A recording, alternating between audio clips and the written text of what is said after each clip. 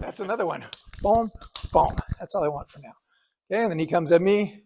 Boom, boom. And I come at him. All right, so that was low outside engagement. We're going to go to high outside engagement. Right? So high outside engagement, if you watched Enter the Dragon, you had to cross your arms, right? And I swear he put that in just so he could show off what he had from this. So now the difference is, so when we did the low outside engagement, I did the Paxo and I came up with a Guai a back fist or a hammer fist. From the high outside engagement, my most economical motion, pause right there, is just going to be the straight punch. Right? So for him blocking in this high outside engagement, make sure the elbow is tucked in. So the elbow is tucked in here. If I punch here, my hand goes off. If his elbow is out a little bit and I punch in, I'll still get him. Right? So when you're in this position, there's a tendency, especially when your shoulders get tired, you start to get a little lazy and your elbow's up, so his hand can just crash. There's no reason for him to trap. But if my elbow's in, he can't now punch in, right? He's got to change his angle if he wants to hit. So now this is a barrier I have to remove. Okay? So I'm going to same thing. I'm going to use that step and slide footwork. I'm going to drive from my Wusa waiting hand. He's going to drive into his elbow, and I'm driving into his body and releasing my hand. So it's not this. This goes down, and this hand just fires. This hand is trying to fire the whole time. As soon as the arm is removed, it goes. You ready to block? Yep. Okay, because I had a little accident with Alex. I was trying to make sure you're okay. Okay? So when he comes, I have my Wusa hand ready, and I'm going to block. And I'm stepping back to be safe now. Right? So go slow. If I don't step back, right, as he goes, even if I block, I still make it trapped. I may still make it hit. Right? So let's understand that the trapping is a avenue to hitting. Trapping is not the goal. The goal is to hit him with this hand. I want to hit him with this hand. And Guru Rick says, don't point. Right? And Salam used to point all the time, and Guru Rick points too. And he says, don't do it. But he points for emphasis when you're teaching. Salam also used to snap. So he would do this. It used to be so disturbing. He's like, that's my hit. Anyways, I'm not doing that because I'm not Salam Asli. So our hands here, you can feel the tension, right? So step and slide in, drive the arm into the body, and don't pull this back. It goes right from here. It fires straight. And then he gets to go.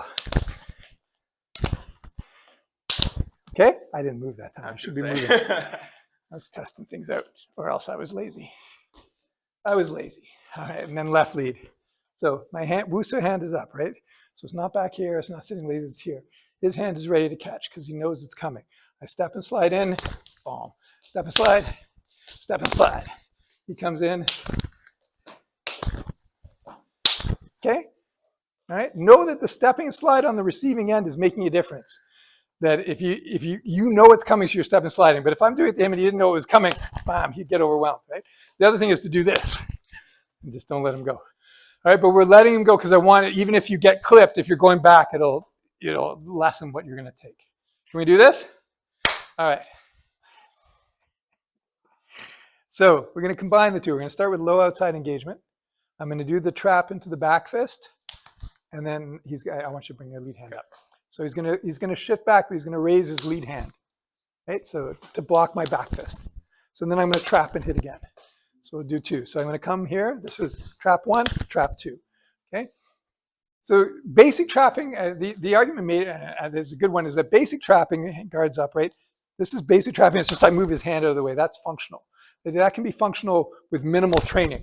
The idea of just taking something out of the way and trying to hit. That's basic trapping. Compound trapping is when you're setting things up. That takes a higher level of skill.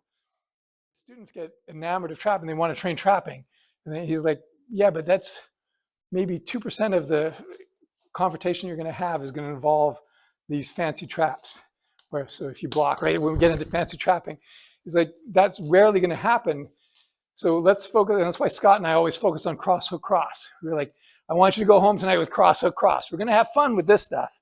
We're going to have fun. We're going to do some fancy stuff. But I don't expect you to pull that off tonight. But cross hook cross you can go with, okay?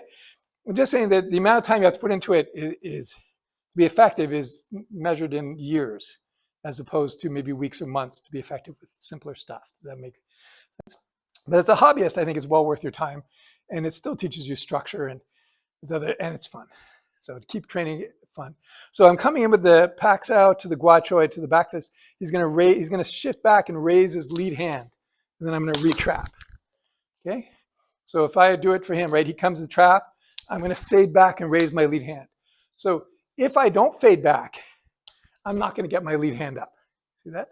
So when he traps, I fade back and I get ready to block. So come in here.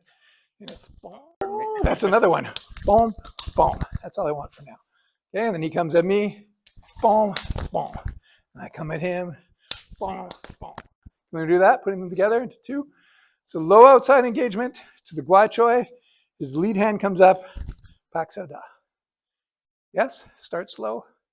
Work it through. Let's also talk about this thing here. Because we are trying to train a particular skill, we're requiring a particular reaction from our partner. Right? I am requiring him to come with the lead hand so that I can follow up like this. Eventually, it's not that. It's based on what he does. Whatever he does, I got to respond to. Right? But for me to break stuff down to teach to you, my partner has to give me a particular response. High-level trapping, the idea of trapping is that, and I'm not great at trapping, but is that I should just know by what his hands do where I'm going to follow up. Right? But in the beginning, we need to have set responses. So it may feel awkward if your partner doesn't do the response correctly, but that's okay. If he didn't do the response correctly, if he did something else, I should have another tool in my shed. But for now, I want you to isolate particular emotions. Okay, but know that that sometimes is not going to feel right because we're requiring a specific energy. Okay, does it make sense? All right, so rotate around. Try somebody else.